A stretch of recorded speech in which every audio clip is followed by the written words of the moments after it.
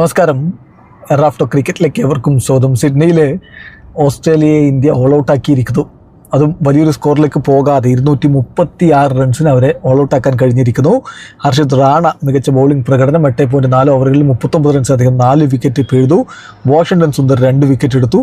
പിന്നെ അക്സർ പട്ടേലും കുൽദീപ് യാദവും പ്രസിദ്ധ് കൃഷ്ണയും മുഹമ്മദ് സിറാജും ഒക്കെ ഓരോ വിക്കറ്റുകളും വീഴ്ത്തിയപ്പോൾ 236 റൺസ് എന്ന സ്കോറിൽ ഓസ്ട്രേലിയയെ പൂട്ടാൻ നമ്മുടെ ചുണക്കുട്ടികൾ കഴിഞ്ഞിരിക്കുന്നു. ബാക്കി നമ്മുടെ ബാറ്റർമാരുടെ കയ്യിലാണ്.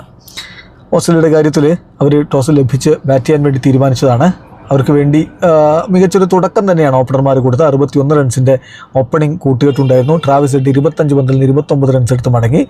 മിച്ചൽ മാർഷ് 50 പന്തിൽ നിന്ന് 41 റൺസാണ് അടിച്ചത്. ഷോട്ട് 41 പന്തിൽ നിന്ന് 30 റൺസും റൺഷോ 58 പന്തിൽ നിന്ന് 56 റൺസും അടിച്ചു.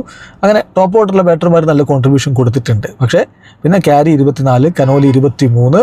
അതിനുശേഷം നോക്കുക, ഓവൻ 1 റൺസുമായിട്ട് പോയി, Starc 2 runs, Ellis 16 runs, Zampa 2 റൺസുമായിട്ട് നോട്ട് ഔട്ടായി. പക്ഷേ ഹേസൽവുഡ് ഹർഷിത് റാണയുടെ പന്തിൽ ബൗൾഡായി. അങ്ങനെ അവർ 236 റൺസിന് ഓൾ ഔട്ടായി. 46.4 ഓവറുകളിൽ അവർ ഓൾ ഔട്ട് ആവുന്ന കാഴ്ചയാണ് കണ്ടത്. എന്തായാലും 2-0 അവർ ഈ സീരീസിൽ മുന്നിലാണ്. നമുക്ക് മാനം രക്ഷിക്കാനുള്ളൊരു അവസരമാണ് ഈ കളി വിജയിക്കുക. ഇന്ന് വരെ ഓസ്ട്രേലിയക്കെതിരെ ഏകദിന സീരീസിൽ നമ്മൾ ഈ രൂപത്തിൽ ക്ലീൻ സ്വീപ്പ് എന്നൊരവസ്ഥ വന്നിട്ടില്ല.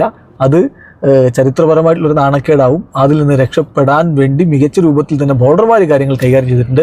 ബാക്കി ബാറ്റർമാരുടെ കയ്യിലാണ്. വീഡിയോ അവസാനിക്കുന്ന ക്രിക്കറ്റ് ലോകത്തെ കൂടുതൽ വിശേഷങ്ങളുമായി റാഫ് ടോക്സ് വീണ്ടും എത്താം.